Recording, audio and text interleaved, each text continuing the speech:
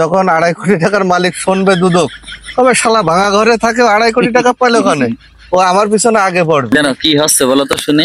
সংসারে অভাব অনটন, ইনকাম পাতি নেই, দেশের যে অবস্থা আর ভালো লাগতেছে। আমার সে ভাগ্নে 12 দাবুকে ফোন টোন দেবো নাকি? আর সে টাকলা সাগর ফোনে গেছে।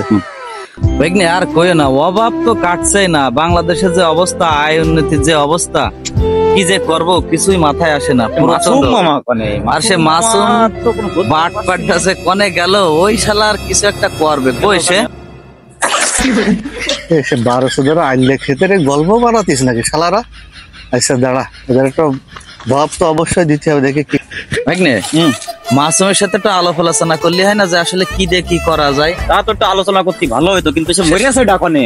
হ্যাঁ, সে শালা খবর নেই, 1 ঘন্টা ধরে এখানে বসে আছে। এই তোরা কি করতেছিস এখানে? আরে কিটা মামা আর কইস না ভাই, আর ভাগ্নে তো অভাবে আর ভালো লাগে না। তোর তো মনে হয় একটা খুঁজ দিলাম, অভাব কাটছে না ভাই, একটু কিছু একটু বল দেনে কি দেখি আরে করা যায়। কৃষির অভাব বাড়া। আমি কালকে হিসেব করে দেখলাম যে আমি 2.5 কোটি টাকার মালিক।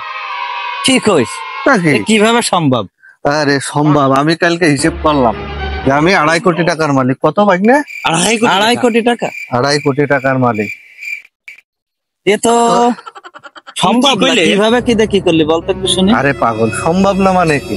তো দুদুকে তো খোঁজ করবে কালকে, এই নিউজ পালে জানিস তুই? না, আমি আসলে আমি এই জিনিসটা তোদের কাছে ফ্ল্যাশ করলাম, আমি অন্য কারোর কাছে ফ্ল্যাশ করি, কারণ আমি জানি যে আমি যখন 2.5 কোটি টাকার মালিক শুনবে দুদক, তবে শালা ভাঙা ঘরে থাকে 2.5 কোটি টাকা পাইলো ওখানে, ও আমার পিছনে আগে পড়বে।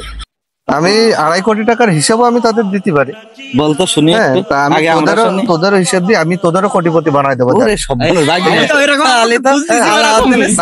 না, আমি শুনলাম যে তোরা অনেক অভাবে পড়েছিস। তা না, আমি ওই যে শুনলাম আড়ে আবদাল থেকে, আমার তো আড়ে আবদাল মারা অভ্যাস আছে। ও আচ্ছা ঠিক আছে, আমার 2.5 কোটি টাকার হিসাব আমি তোদের দিই। বল। আমার কিডনি আছে, দুটো কিডনি 2 কোটি, লিভার আছে, আচ্ছা। হ্যাঁ, তারপরে আমার মনে করো যে শরীরে যে ব্লাডটা আছে, হ্যাঁ, আমার পাকস্থলী আছে, আমার লিভার আছে। এখন আমি সবগুলো চিন্তা ভাবনা করে দেখলাম, আমার 2টো চোখও আছে। হ্যাঁ, আর সবগুলো হিসেব কিতাব করে দেখলাম তো আমি তো 2.5 কোটি টাকার মালিক তো নিশ্চিত। আমরা তো বড় লোক, আমরা বড় লোক। এখন কথা হলো যে 2.5 কোটি টাকা মালিক আমি, কিন্তু আমি থাকবো না 2.5 কোটি টাকা মানে আত্মসাৎ করার জন্য।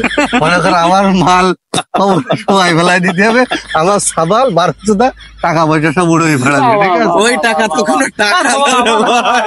তোরে বুদ্ধি দেওয়ার জন্য অনেক ধন্যবাদ ভাই, মেরি ফেলার বুদ্ধি। চলো ভাই, আমরা এদিকে একটু মজা মাস্তি করি আসি। তোমার টাকার আমাদের দরকার নেই ভাই, তোর পথ তুই দেখ যা বেরো।